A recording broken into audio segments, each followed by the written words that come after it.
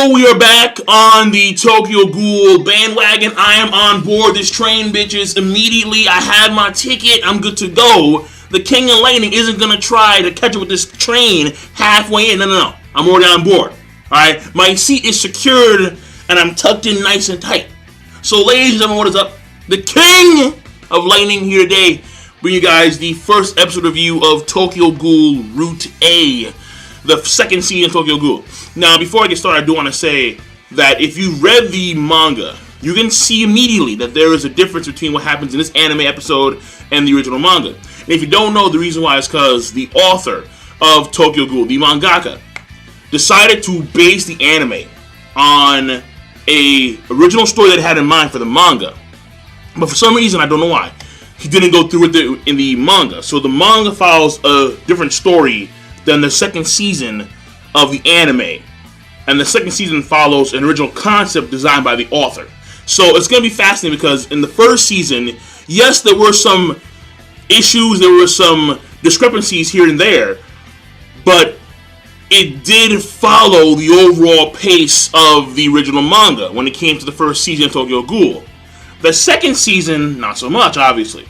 So I am intrigued about that. That is probably the main reason why I'm actually going to fully immerse myself into this second season, because it's an entirely different story than the manga. So it's pretty cool. It's pretty cool. Now, I do want to say, so let me start with the basics, because I know it's been some time since Tokyo Ghoul's come out with some content here, and in my mind, it's hard to compare because it's been a while. I didn't go back and rewatch the entirety of the first season of Tokyo Ghoul. I found out that the episode came out like a few days ago. I hopped on board. So the thing here is this. The animation is the first thing that came to mind, because I don't recall seeing any giant black bars or color contrast, whiteness. No. In fact, when you have Ayato and he's ripping off the flesh off of Toka's back, she's consuming her Quinke.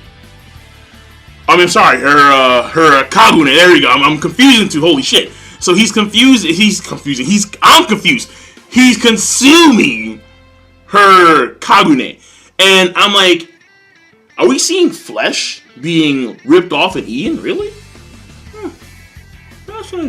And that to me, I think was actually pretty cool. Now, I'm not too sure if I'm going crazy here. Maybe I am. I mean, we all are a little bit cuckoo inside, but I think perhaps they've decided to dilute the censorship. And I say dilute because it's probably still going to be there. And there's no original manga to compare it to, because again, it's a different story.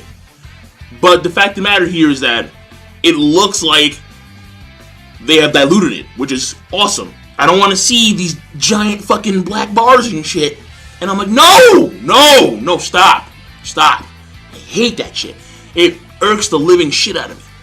That's the animation right there. Well then, let me also talk about the choreography, because I did notice how the fighting between Ayato and Kaneki was pretty decent. It wasn't like for example, last episode of the first season, Jason and Kaneki, that was superb. It was fantastic.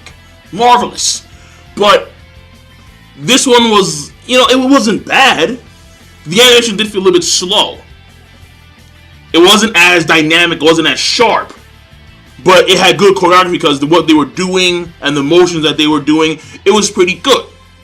So, I'm not going to judge the entirety of this season of Tokyo Ghoul based on the first episode when it comes to animation alone.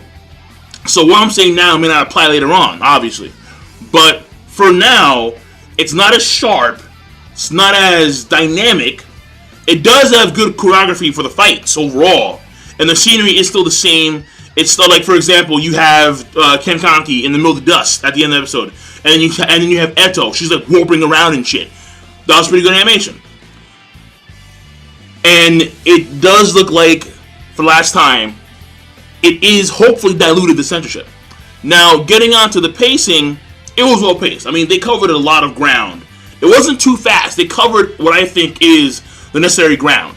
They covered what happens to Kaneki afterwards, what happens to Jason, And immediately you can see a difference in the anime and manga, where in the manga, Jason, I don't know, I don't want to spoil it for you, because maybe you guys haven't read the manga, but there's a difference in events that happens with Jason, particularly. In fact, everything is like the same in comparison to the manga, up until halfway in the episode, where things start to like diverge, like, okay, well, we're going that way. You guys went left, oh, fuck, we're going right. So, that's the way it just happened to be. I'm like, oh, fuck. Now, again, the pacing, they covered a lot of ground. They covered the fact that Ken Kaneki, he is now going to join Aogiri Tree, which is, whoa. And he knows that something's going on with Ayato. Ayato, he's kind of bullshitting. Like, he's saying, you know, like, yeah, like, I'm hardcore fighting, like, fuck the humans and some, you know, but Ken Kaneki knows, but you're saying all types of shit right now. But there's something going on in here where you obviously want to protect something that is precious to you, my precious. And clearly, he doesn't have a ring of power in his hand, so there's something else he has to protect that he finds precious. And the hint here is that it's Toka, which may seem a little bit weird because, granted, Toka is his sister, and he did annihilate her in a fight, and consumed, I'm not going to say most, but he consumed a lot of her Kagune, but still, there's something there that he's lying about, that Ken knows that he's lying about.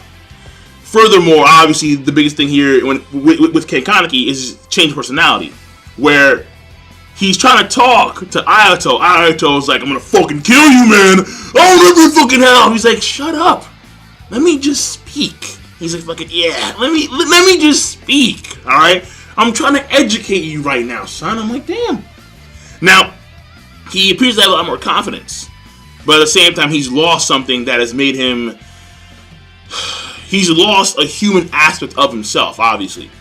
I mean, that's why in the last episode, it was like a full transition to Ghoul, pretty much, in Ken Kaneki's side. And then you have Noro, who is like, he's the dude that has like immense vitality among the group. Noro, he's still like not saying shit, but he's clearly a massive threat. You have Yomo, you have Uda, you have the Gourmet. They can't take him down. And instead of fighting back, some random timer clicks and he just walks out like, all right, fine, I gotta go. And then you have the fight. You have like the battle between the CCG guys and the one-eyed owl. Oh fuck! And I'm not gonna lie to you, like it was a pretty beastly fight. I forgot their names. Well, the bigger guy, I forgot his name. And the other guy, he is like the master. He's the sensei, I suppose, of Suzuyama. Or Suzuya. Suzuya is the one who actually was grabbing the body of Jason along when the buildings were collapsing. And they lost half their fucking dudes. The CCG lost half their dudes. And what's also very important here is Hide. Know how Hide... He's bike riding, trying to get through, can't find a way through, has binoculars, he's watching from afar. Again, Hide, his main shtick in Season 1 was the fact that he was very perceptive. He was extremely perceptive. He would just catch things that normally people would that would go over their heads. So, Hide, he's onto something, obviously, clearly. And Ken Kaneki is no longer a part of on Teiku. He's on part of Aogiri Tree doing their thing, doing their shtick. So that friendship is right now on a fine line.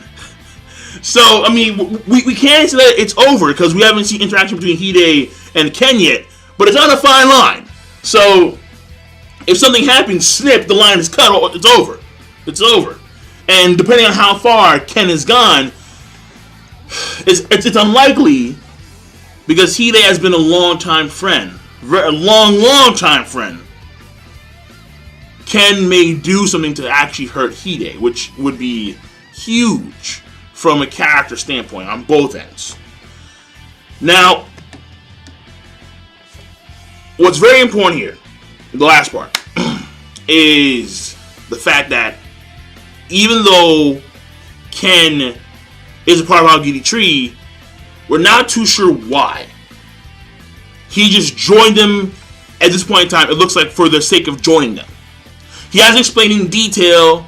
He hasn't told Toka or Hinami. He's just a part of these guys now. And the episode ends off where the events of the, I forgot where they were exactly, but the events, I think, of the 11th ward, or I forgot which ward they were in, but it's over. And you see Ken with Tatara, with Eto, with Nora, and with Ayato. They're in some building. They clearly just killed some fuckers, because you see, like, just bodies everywhere. Ken looking really somber, and then he's walking with them, like, badass and shit. So, again, he's doing all this, but we don't know why. And the change personality, in my mind, does not account for the fact that he's joined Aokiri Tree. He may have something in mind, particularly when it pertains to Aokiri Tree, where he may actually want to try and seize control, or he may want to try and change it from the inside out. Who knows? I don't know. But again, his change of personality alone does not account for the reason why he's joined Aokiri Tree. It just does not. So there's a hidden agenda that we need to find out about, and hopefully we get more details about that later on. So overall, the episode, I did like it. First of all, the endings and the openings, I think, suck dick. I'm sorry. Alright, I cannot lie to you. The endings and openings are not good. They're just not. Okay, the audio is pretty decent for the opening. The ending, I forgot. But the visuals,